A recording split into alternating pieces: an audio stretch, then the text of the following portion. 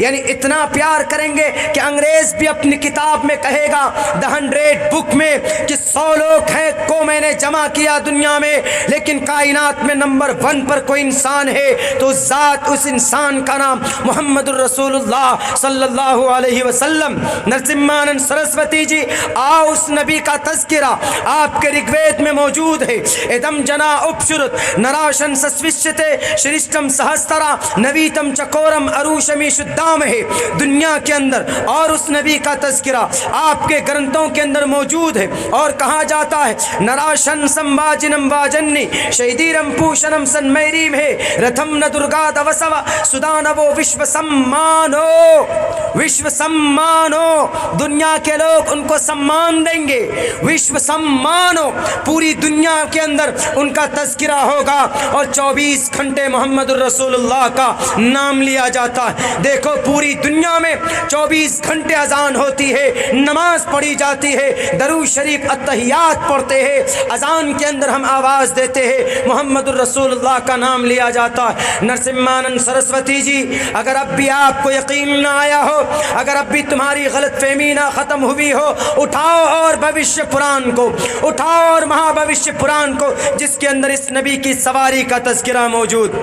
کیا کہا اس سرایس پرواہی جو ودومنت دویردش ورشمارتش دیوج ہیرتی دیوشمانا اپس پرش، اونٹنی کے ذریعے سواری کریں گے، اور وہ اتنے خوبصورت ہوں گے، ان کی چہرے کی روشنی سے لوگ ان کے چہرے کی روشنی کو دیکھ کر متاثر ہوں گے، اور کہا وچرن شنا چنا ہے ن پرتم گتی کپلنگب چدو ٹھیشوریہ گننوتاہ اسادودا من، دشمنوں کا ہنن کریں گے، دشمنوں سے مقابلہ کریں گے، غریبوں کو انصاف دلائیں گے، بھوکوں کو کھانا کھلائیں گے، ننگوں کو کپڑے پہنائیں گے، مظلوموں کی داد رسی کریں گے، ظالم لوگوں کے ہاتھ کو پکڑیں گے، لوگوں کے غلط عقیدے کو درست کریں گے، اور لوگوں سے کہیں گے کم برہما دتیو ناستے نہنا ناستے کنچن، اور ان کا پیغام آگے کیا ہوگا وہ بھی بتایا۔ اونچی آواز میں لوگوں کو بلائیں گے، اونچی آواز میں لوگوں کو مسجد کے طرف بلائیں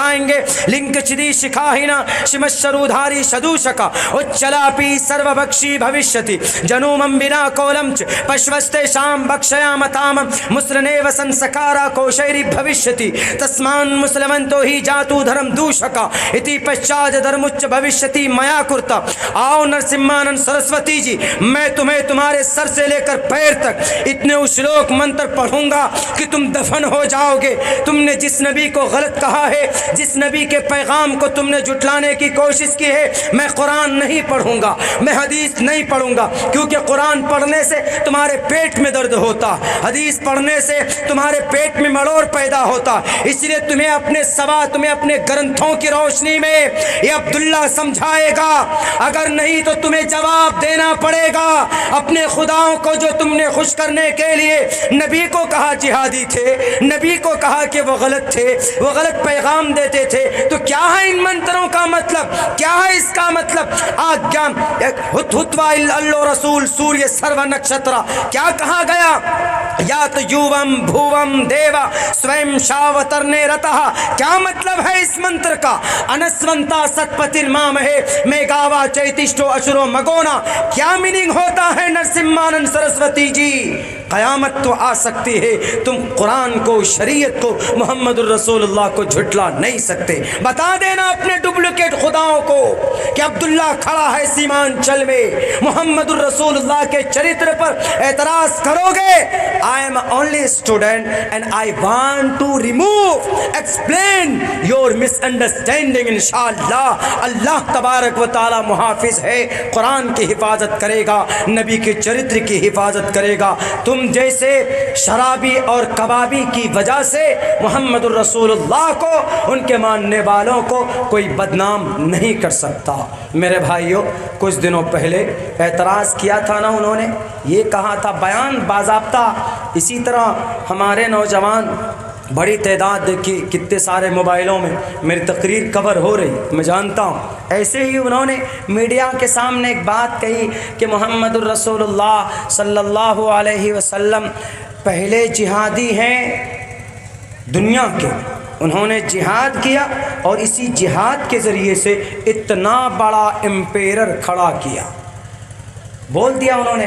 جواب کیسے دے؟ آپ کہیں گے اپنے اعتبار سے جواب بھی دیا بہت سارے لوگوں نے. اپنے اعتبار سے بھائی کرونا نہیں ہوا بھائی. مجھے کرونا تو بہت چالاک ہو گیا ہے. کرونا کی عمر اصل مسئلہ ہے کہ 2 بجے 1:30 بجے کے بعد اس وقت ٹھنڈ کا ایک وہ آتا ہے. نہیں میں پانی نہیں پیوں گا چونکہ میری ایک پرابلم ہے. 1-2 بجے کے بعد اسٹیج پر جاتے ہیں تو اگر تھوڑی سی ٹھنڈی ہوا لگی تو الرجی شروع ہو جاتی.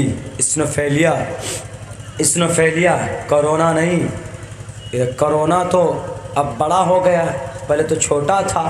اب کرونا 1 سال 2-3-4 دن کا ہو گیا.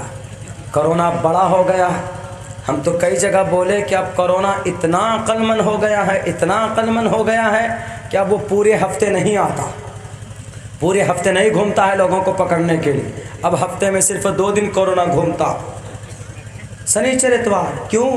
سنیچر اتوار کو لاک ڈاؤن لگتا. ارے آپ کے شہر میں دیکھیے، آپ مہاراشٹر کے کئی شہروں میں دیکھیے، ساؤتھ کے کئی شہر میں چلے جائیے، آپ وہاں پوچھئے کہ بھائی تمہارے یہاں سنا ہے کہ لاک ڈاؤن لگ گیا؟ بولا ہاں مولانا پورا ہفتہ نہیں لگا ہے، 2 ہی دن لگا ہے لاک ڈاؤن. ہم نے کہا کون سا دن بھائی؟ بولا سنیچر اتوار. ہم نے کہا کیوں؟ باقی سوموار منگل بدھ جمعرات جمعہ کو. بولا یہ ان دنوں میں لاک ڈاؤن نہیں ہے، ان دنوں میں مارکیٹ سب کھلا رہتا ہے، صرف 2 دن لاک ڈاؤن. تو ہم نے سوچا کہ بھائی یہ فلسفہ کیا ہے؟ یہ 2 دن کے اندر لاک ڈاؤن لگتا ہے، باقی دنوں میں لاک ڈاؤن نہیں لگتا. تو آپ بھی اس کو تجربہ کر سکتے ہیں. 2 دن اس لیے لاک ڈاؤن رہتا ہے. تب ہم نے جب آئیڈیا لگایا کہ سن 2020 کے 24 مارچ کو کیا ہوا تھا؟ لاک ڈاؤن شروع ہوا تھا. اور آج کیا تاریخ ہے؟ 28 نہیں بلکہ آپ کا 29 تاریخ شروع ہوگی. 28 ہی مانو، 28 کو آپ کا پروگرام. 28 مارچ سن 2021 کتنا ہو گیا جی؟ 1 سال 3 دن. 1 سال 3 دن عمر ہو گئی کرونا کی. اب جب بچہ چھوٹا رہتا ہے، چھوٹا ہو جاتا ہے تو اس کو ہم لوگ کہاں ڈالتے ہیں؟ اسکول میں بھیج دیتے ہیں. اب کرونا پیدا ہوا چائنا میں، آ کر پلا بڑھا بھارت میں. اب جب وہ 1 سال کا ہو گیا تو بھارت والوں نے، ہمارے مودی جی نے کہا کہ تم اب بیٹھے بیٹھے گھر پہ کھاؤ گے، 1 سال عمر ہو گئی تمہاری، جاؤ تم مولانا عبداللہ کے اسکول میں UKG نرسری میں داخلہ لے لو، وہیں پر پڑھو. رہی بات یہ کہ تم جو لوگوں کو پکڑو گے کیسے؟ تو ہفتے میں 2 دن تم نکل آنا، جو چھٹی ہوتی ہے جن 2 دنوں میں سنیچر اور اتوار کو چھٹی ہوتی ہے نا جی کرونا. تو کرونا نے کہا کہ ہاں، کہا کہ ان 2 دنوں میں تم آ جانا مارکیٹ میں لوگوں کو پکڑنے کے لیے، اور باقی 6-7 دن تم اسکول میں پڑھنا. تو اسی لیے ساؤتھ کے اور مہاراشٹر کے گورنمنٹ نے کہا کہ دیکھو لوگوں، کرونا چھٹی ہوتی ہے 2 دن سنیچر اتوار کو، اسی لیے سنیچر اتوار کو لاک ڈاؤن لگے گا. اس دن تم لوگ مت جانا چونکہ کرونا کی اسکول سے چھٹی ہو جاتی. باقی 5 دن کرونا اپنے اسکول میں رہتا ہے تو اس دن لاک ڈاؤن نہیں ہے. ورنہ کیا مطلب بھائی؟ سنیچر اتوار کو کرونا اتنا عقل مند ہو گیا. بعض جگہ تو یہ کہا کہ مولانا رات کو 9 بجے سے لے کر صبح 9 بجے تک لاک ڈاؤن، کرفیو. یعنی دن میں بھیڑ ہوتی ہے. آپ کے پورنیہ شہر میں دن میں بھیڑ ہوتی ہے. لائن بازار مارکیٹ چلے جائیے تو آپ کو وہاں پر سو پھنسانے کی جگہ نہیں ملے گا آپ کو، اتنی بھیڑ ہوتی ہے. تو اس بھیڑ میں لاک ڈاؤن لگنا چاہیے، لیکن نہیں. پورنیہ کے اندر، میں مثال صرف پورنیہ کی دے رہا ہوں، پورنیہ شہر کے اندر رات کو 9 سے لے کر صبح 9 بجے تک لاک ڈاؤن. کیا صبح رات کو 9 سے لے کر صبح 9 بجے تک بھیڑ ہوتی ہے کیا پورنیہ میں؟ کوئی نہیں ملے گا. آپ جائیے تو زیادہ سے زیادہ آپ کو 3 درجن کتا نظر آ جائے گا. ہم لوگ جاتے ہیں نا راتوں کو پروگرام کر کے، کہیں پر بھی کتا ہی پیچھے نظر آتا ہے اور کچھ نہیں. باقی جی دن میں بھیڑ ہوتی تو دن میں لاک ڈاؤن لگنا چاہیے نا، دن میں نہیں، رات میں لاک ڈاؤن لگایا. جبکہ کرونا بھی سو رہا ہوگا، کرونا کا بھی وجود نہیں. لیکن سمجھ سے باہر کی بات. اور سمجھیے آپ، یہ ایک ہوا بنا دیا گیا کہ کہ کرونا آتا ہے ناک سے گھس جاتا ہے 3 دن یہاں قیام کرتا ہے یہاں پہ، یا منہ سے گھستا ہے تو یہاں حلق میں 3 دن تک مہمانداری کرتا ہے، کھاتا پیتا ہے، 3 دن کے بعد اترتا ہے پیٹ میں، تب جا کر وہ آرگنس کو کھاتا ہے۔ واہ بھائی واہ، ناک سے کرونا گھس سکتا ہے، منہ سے کرونا گھس سکتا ہے، کان سے نہیں گھس سکتا ہے؟ کان سے بھی تو گھس سکتا ہے کرونا، تو پھر کان میں کہا کہ منہ میں اور ناک میں ماسک لگا لو، کان کے لیے کیا کہا؟ کان کے لیے کچھ بھی نہیں بولے۔ کان کے لیے بھی تو کوئی بولنا چاہیے کہ بھئی کان کو بھی بند رکھو۔ کرونا جب منہ سے ناک سے گھس سکتا ہے تو کان سے بھی گھس سکتا ہوگا؟ نہیں، شاید کرونا کو یہ شارٹ کٹ راستہ معلوم نہیں ہے، بس 2 ہی راستہ معلوم ہے، بھئی ایک ناک والا ایک منہ والا، لیکن نہیں، شارٹ کٹ راستہ میپ میں ہر جگہ دکھا دیتا ہے۔ ہمارے بھارت کے بڑے منتری جی، کان کے بارے میں بھی کچھ بولو، رات کو 9 سے لے کر صبح 9 بجے تک کرونا۔ واہ بھائی واہ، منسٹر صاحب سے پوچھئے، ڈی ایم صاحب سے کہ ڈی ایم صاحب آخر یہ فلسفہ کیا ہے؟ تو ڈی ایم صاحب بھی بولے گا کہ وہ ایسا ہے کہ کرونا اب عقل مند ہو گیا ہے، کرونا نے ہم لوگوں کو آ کر بولا کہ ہم رات کو 9 بجے سے لے کر صبح 9 بجے تک گھومیں گے، اسی لیے ہم لوگوں نے لاک ڈاؤن لگایا۔ عجیب فلسفہ اور عجیب نظریہ۔ لاک ڈاؤن کورونا کو بھگانے کا سمسیا حل تھوڑے ہوگا، یہ سمسیا، اس سمسیا کا سمادھان ہوگا کیسے؟ ہاتھ دھونے سے، نبی کی بات ماننے سے، قرآن کے فرمان پر عمل کرنے سے۔ دنیا والوں نہیں مانتے تھے کہ ہم کہتے تھے ہاتھ دھو لو لوگو، ہمارے قرآن کا فرمان ہے ہاتھ دھو لو۔ لوگ بولتے تھے لال بجکر صاحب، اے مولانا عبداللہ آپ کیوں بولتے ہیں ہاتھ دھونے کے لیے؟ آپ کے قرآن کا آرڈر ہے نا، ہم آپ کے قرآن کو تو نہیں مانتے۔ تو اللہ نے ایسا کیا کہ اچھا نہیں مانو گے قرآن کو، یہ قرآن تو یونیورسل ہے، یہ قرآن تو سب کے لیے، وسیم رضوی کے لیے بھی ہے، یہ قرآن تو ایڈوانی جی کے لیے بھی ہے، یہ قرآن تو بھگوت جی کے لیے بھی ہے، اور یہ قرآن تو ہمارے پی ایم صاحب کے لیے بھی، ہمارے امت شاہ کے لیے بھی، سب کے لیے قرآن ہے۔ نہیں مانو گے، اللہ نے کہا یا ایھا الذین آمنوا اذا قمتم الى الصلاة فاغسلوا وجوہکم وایدیکم الى المرافق وامسحوا برؤوسکم وارجلکم الى الکعبین، اپنے ہاتھوں کو دھو، وایدیکم، اپنے ہاتھوں کو دھو۔ جب ہم نے بات کی تقریر میں لوگوں کو سمجھایا تو ہمارے ادت اب بولے نرسمہانند سرسوتی جی، مولانا ہمیں تو دشمن اسی بات سے ہے نا کہ آپ کے قرآن کو ہم نہیں مانتے، ہم نہیں مانیں گے، کیوں ہاتھ دھوئیں گے؟ اللہ نے کہا اچھا نہیں دھو گے تو کرونا کو بھیجتا ہوں۔ اب کرونا آیا چائنا سے تو اب جلدی وہ لوگ ہاتھ ہی نہیں، بلکہ آپ کس سے صابن سے دن میں 10 مرتبہ ہاتھ دھونے لگے کہ بھائی کہیں کرونا نہ پکڑ لے۔ لوگ نہیں مانتے تھے میرے کہنے سے، تو اللہ تبارک و تعالیٰ نے کرونا کے ذریعے سے قرآن کے آرڈر پر عمل کروا دیا۔ میرے بھائیوں، میرے ساتھیوں، بے وقوف لوگوں کا یہ زمانہ ہے، پڑھے لکھے لوگوں کا زمانہ نہیں، بے وقوف ان پڑھ گوار لوگوں کا زمانہ ہے۔ ان ان پڑھ گوار اور بے وقوف لوگوں کے غلط نیتی کا مقابلہ کرنے کے لیے اپنے قرآن پر، اپنی شریعت پر جو ایلیگیشنز لگتے ہیں ان کو سمجھانے کے لیے Education is to prepare and to qualify. The primary aim of education is to qualify and for the participation in the development cultural society, in the development cultural villages and cities. اگر ہم پڑھے لکھے ہوں گے تو ہم اپنی شریعت کو 2 ٹوک لفظوں میں رکھ سکتے ہیں سامنے۔ مجھے قوی امید ہے کہ نرسمہانند سرسوتی جی کی ہمت نہیں ہوگی وہ دوبارہ اس طرح کی اناپ شناپ باتیں بکے۔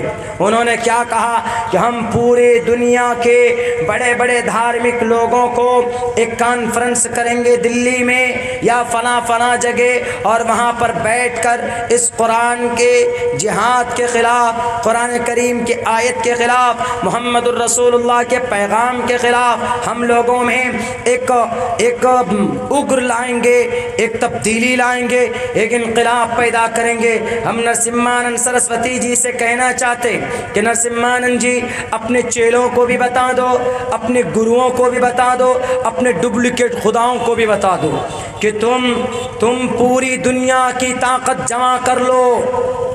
وَإِن كُنتُمْ فِي رَيْبٍ مِّمَّا نَزَّلْنَا عَلَىٰ عَبْدِنَا فَأْتُوا بِسُورَةٍ مِّن مِّثْلِهِ. تم سے پہلے بھی بہت سارے لوگوں نے قرآن کریم پر اعتراض کیا, اور اگر ان کو شک تھا تو اللہ نے اوپن چیلنج کیا ایسی مانسکتا رکھنے والے لوگوں کو کہ فَأْتُوا بِسُورَةٍ مِّن مِّثْلِهِ, لاؤ ایک دو آیت, لاؤ ایک دو لائن بنا کر اس جیسا قرآن. اگر تم کو اس پر اعتماد نہ ہو, اگر تم کو اس پر اعتراض ہو یا ایلیگیشن لگانا چاہتے ہو تو اس سے پہلے تم ایک لائن لے آؤ بیٹے, ایک لائن نہیں آدھی لائن لے آؤ, اس جیسی چھوٹی صورت بنا کر لے آؤ, ہم دیکھ لیں گے.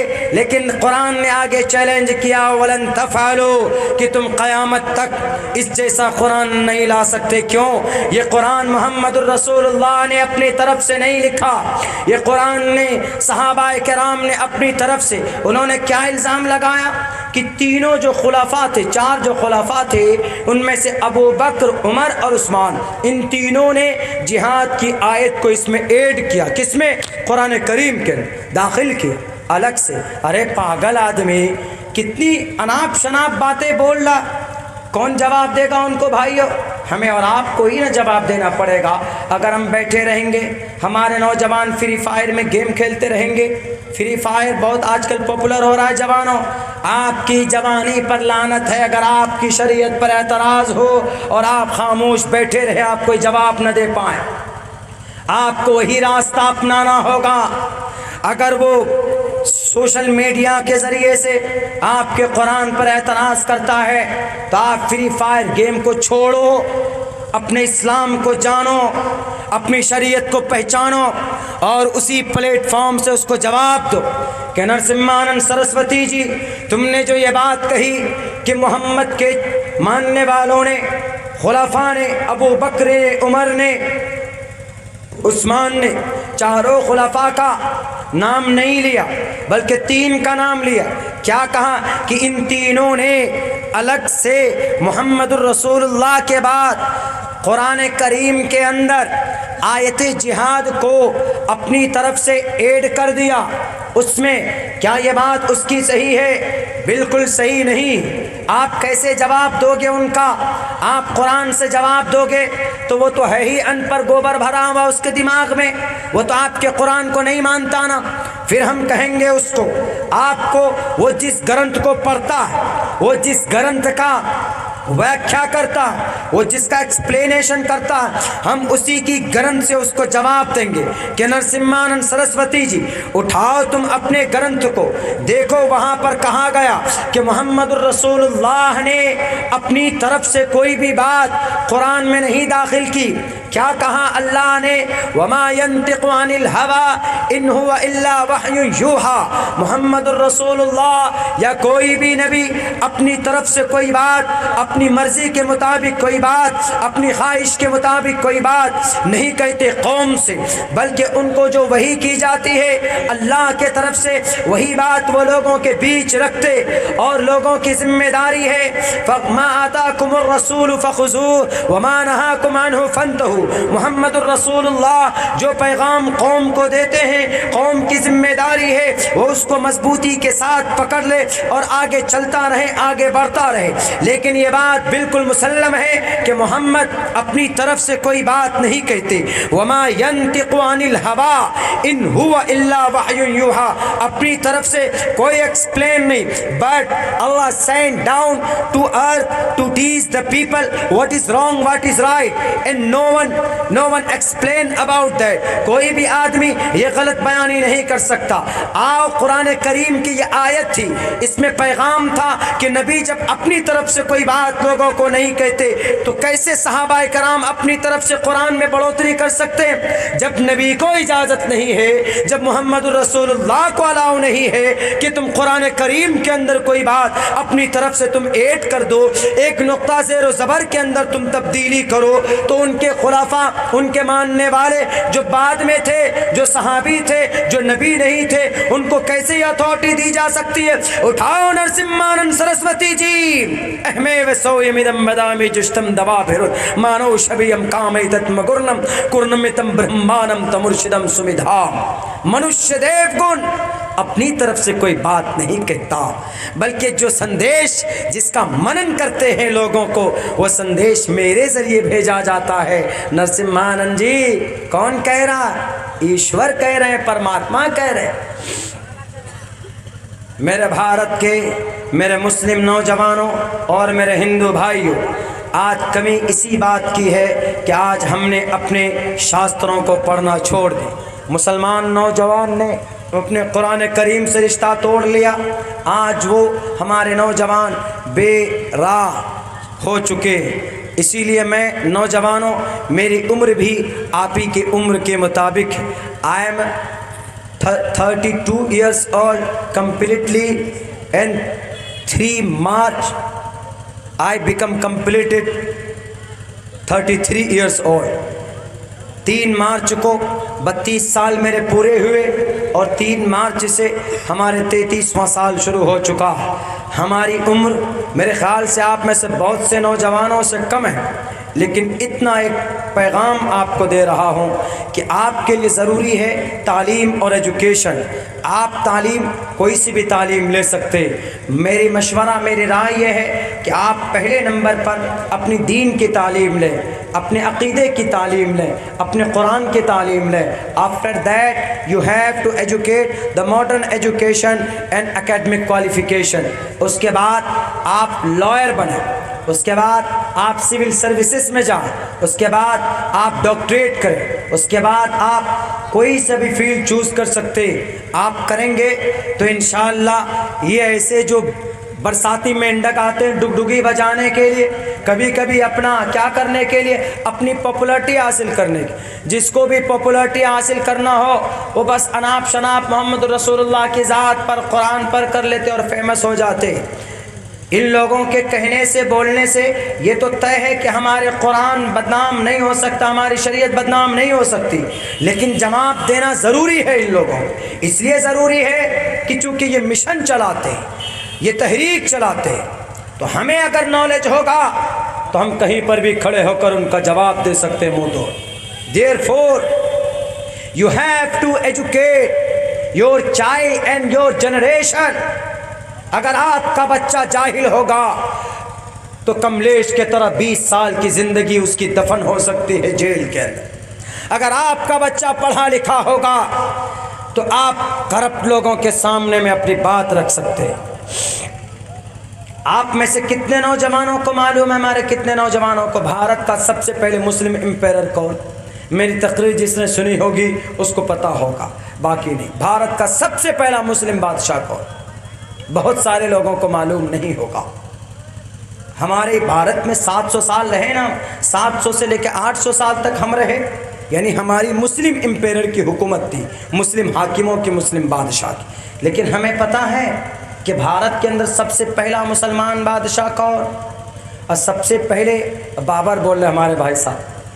بابر کا تو بہت بعد میں زمانہ ہے بھائی صاحب، 1526 میں بابر آئے، 1190 سے ہی مسلم امپیرر آ گئے تھے۔ سب سے پہلا مسلم امپیرر کا نام کیا؟ سب سے پہلے مسلم کمانڈر ان چیف کون تھے جس نے بھارت میں حملہ کیا تھا اس وقت کے راجہ داہر کے خلاف؟ یہ سب چیز آج ہمیں معلوم نہیں۔ اگر کل جا کر کوئی اعتراض کرے کہ بھائی ایسا ہے کہ بھارت کے اندر جن مسلمان جو آئے ہمارے شیرشاہ آبادی کے برادری آپ کے اوپر تلوار لٹکانے کی کوشش کر رہے ہیں، ہمارے جتنے بھی شیرشاہ آبادی برادری کے لوگ ہیں، پتہ کیا الزام لگایا ہے بھی کچھ دنوں پہلے کہ یہ سارے لوگ ریفیوجی ہیں۔ ریفیوجی مطلب اینڈ دے کیم فرام بنگلہ دیش۔ آپ لوگ بنگلہ دیشی ہیں جو شیرشاہ آبادی کے لوگ ہیں، بتائیے کتنا بڑا الزام ہے آپ پہ۔ کیا کہہ رہے ہیں کہ یہ لوگ بنگلہ دیش سے آئے؟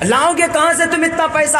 ایک کانوینٹ میں پڑھاتے ہو جی، 4000 روپے تنخواہ ہے، اور اس گاڑی میں اب تو ویسے بھی پیٹرول 100 روپے لیٹر ہو گیا ہے، اب تم 100 روپے کا ڈالو گے تو یہاں سے ارریا سے جوکی، ارریا سے پورنیا نہیں پہنچ پاؤ گے تم، بیچ میں ٹھیل کے لانا پڑے گا تم کو، تو 4000 روپے میں 5000 کا پیٹرول ہی تمہارا پھک جائے گا، پھر کہاں سے آئے گا اس کا خرچہ؟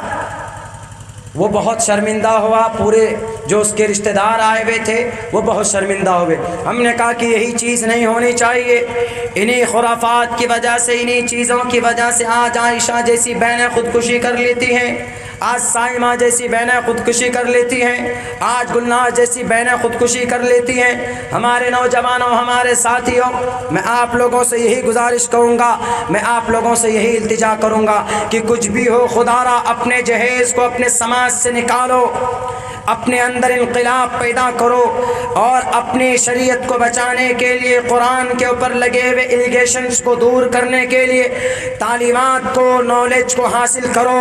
انشاءاللہ اگر ہم نے تعلیمات کے فیلڈ کو اپنایا، ایجوکیشن کے فیلڈ کو اپنایا، تو ہم وسیم رضوی کو بھی بتا سکتے ہیں کہ وسیم رضوی تمہارے PIL داخل کرنے سے ہمارے قرآن کو کوئی نہیں بدل سکتا، ہمارے قرآن سے ایک نقطہ آج تک نہیں بدلا گیا، بائبل بدل گیا، رگ وید بدل گیا، سام وید بدل گیا، اتھرو وید بدل گیا، رامائن مہا بھارت گیتا بدل گیا، لیکن ہمارا قرآن نہیں بدلا۔ توریت کے اندر تبدیلی ہوئی، بائبل میں تبدیلی ہوئی، پوری دنیا جانتی ہے، ان کتابوں کے اندر تبدیلی ہو گئی، لیکن صرف دنیا کی ایک کتاب ہے قرآن کریم، اس کے اندر کوئی تبدیلی نہیں ہوئی۔ کیوں؟ ذرا اندازہ لگایا، وسیم رضوی کے ڈپلیکیٹ خدا نہیں لگایا اندازہ تو لگاؤ، کیا کہا؟ نکیرس پربیننتی ورتانی ادب دھانی ورونس وردانی، ایشور کے سمویدھان، ایشور کے قانون، پرماتما کے اپدیش، پرماتما کے وانی کبھی نہیں بدل دے۔ یہی بات قرآن میں کہی گئی، لا تبدیل لکلمات اللہ، اللہ کے فیصلے نہیں بدلتے، ولن تجد لسنت اللہ تبدیلا، اللہ تبارک و تعالیٰ کا نظام قانون بھی کوئی مائے کلام نہیں بدل سکتا۔ ہمارے اندر جانکاری ہوگی تو ہم وسیم رضوی جیسے بے ضمیر لوگوں کو، ایمان فروشوں کو، ہم ان کو یاد دلا سکتے ہیں کہ وسیم رضوی تم نے غلط بیانی کی، تم نے غلط قدم اٹھایا۔ ہم جبھی بتا پائیں گے میرے بھائیو جب ہمارے اندر جانکاری ہوگی۔ ہمارے مسجد مدرسوں پر اگر کوئی الغار کرے گا، ہماری ٹوپی داڑھی پر کوئی الغار کرے گا، تو ہم اسی وقت جواب دے پائیں گے جب ہمارے بیچ ہمارے قرآن کی، ہمارے شریعت کی جانکاری ہمیں ہوگی۔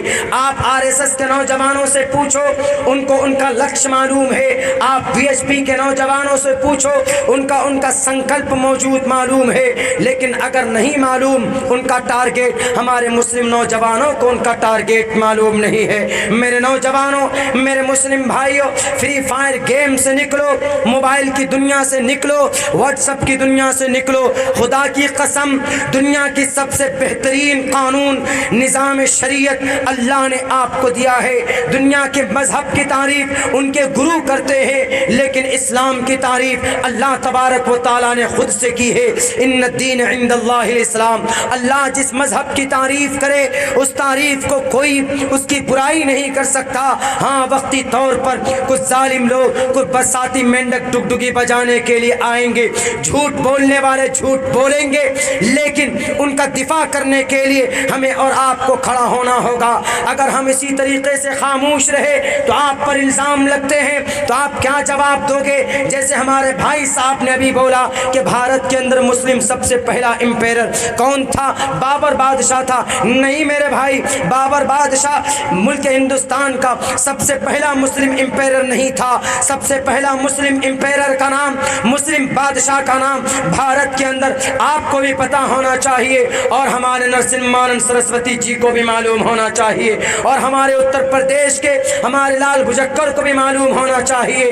کیا تھا سب سے پہلا مسلم امپیرر کون تھا؟ 1191 اور 90 عیسوی میں بھارت کے اندر پرتھوی راج چوہان کا مقابلہ کر کے کرسی گدی پر بیٹھنے والا سب سے پہلا مسلم بادشاہ کا نام شہاب الدین غوری ہے۔ اس سے پہلے محمد بن قاسم تھے، اس سے پہلے محمود غزنوی تھے، لیکن انہوں نے حکومت قائم نہیں کی تھی، انہوں نے باضابطہ طور پر صرف حملہ کیا تھا لیکن کرسی پر نہیں بیٹھے تھے، انہوں نے یہاں پر کسی کو حکمران نہیں بنایا تھا۔ لیکن 1190 اور 91 عیسوی میں پرتھوی راج چوہان اس وقت کا بڑا بادشاہ تھا، 1 لاکھ لشکر کا مقابلہ شہاب الدین غوری نے کیا، ان کا مقابلہ کیا پانی پت کے میدان میں وادی سندھ کے طرف، تب جا کر وہ کرسی پر بیٹھے تھے۔ شہاب الدین غوری کے بعد دوسرا مسلمان بادشاہ کا نام یاد رکھنا، تاریخ میرے نوجوانوں یاد رکھیے گا، یہ اتہاس میں آپ کو بتا کر جا رہا ہوں، اگر میری اس تاریخ کو آپ نے یاد کر لیا تو میں سمجھوں گا کہ میری تقریر آج کامیاب ہو گئی۔ پہلا مسلم بادشاہ شہاب الدین غوری، دوسرا مسلم بادشاہ ناصر الدین بلبن، تیسرا مسلم بادشاہ جلال الدین اکبر، چوتھا مسلم بادشاہ محمد تغلق، پانچواں مسلم بادشاہ اس دیش کا تیمور لنگ، اور چھٹا مسلم بادشاہ اس دیش کا کون تھا آپ کو معلوم ہونا چاہیے، لودھی، سب سے بہلول لودھی، اور ساتواں مسلم بادشاہ اس دیش کا کون ہے آپ کو پتہ ہونا چاہیے، وہی جو بھائی صاحب نے بتایا 1526 عیسوی کے اندر سب سے 7ویں نمبر کا مسلم امپیرر کا نام تھا بابر۔ بابر آیا، بابر سے بابر کے خاندان کو، بابر کی اولاد کو کہا جاتا ہے مغل بادشاہ، مغل سامراج۔ تو بادشاہ بابر آیا 1526 میں، 1526 سے لے کر 1857 تک، 1857 تک، یہ 350 سوا 300 سال کے زمانے میں یہ مغل سامراج کا زمانہ کہا جاتا ہے۔ ان سے پہلے بھی کون تھے؟ ابراہیم تھے، ان سے پہلے کون تھے؟